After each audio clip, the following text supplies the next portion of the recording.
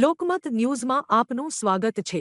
વડોદરાના સમા વિસ્તારમાં hit and રનની વધુ એક ઘટના સામે આવી છે। કેફી પીણાનો નશો કરીને પૂર ઝડપે ફોરવ્હીલર કાર હંકારી બે જગ્યાએ અકસ્માત સર્જનાર ચાલકને સમા પોલીસે ઝડપી પાડ્યો છે। ઉચ્ચ પોલીસ અધિકારીઓના માર્ગદર્શન હેઠળ શહેરમાં વધતા હિટ એન્ડ રન અને ફેટલ અકસ્માતોને અટકાવવા ખાસ ડ્રાઇવ હાથ ધરવામાં આવી છે। 21મી ફેબ્રુઆરીની રાત્રે 9 વાગ્યાના સુમારે બ્લુ કલરની હુન્ડાઈ કારનો ચાલક જીપલ સર્કલથી જલારામ મંદિર સમા રોડ વચ્ચે અકસ્માત કરીને નાસી ગયો હતો। આરોપી બાદમાં ચાણક્યપુરી સર્કલ નજીક ન્યૂ સમા રોડ ઉપર ગફલતભરી રીતે કાર હંકારી અયપ્પા ગ્રાઉન્ડ સામે ફરી અકસ્માત કરતા ઝડપાઈ ગયો હતો। પોલીસ તપાસમાં ચાલક તરુણ નિલેશભાઈ સોની દારૂના નશામાં હોવાનું સામે આવ્યું છે। હાલ પોલીસે આરોપીની અટકાયત કરીને કાયદેસરની કાર્યવાહી હાથ ધરી છે।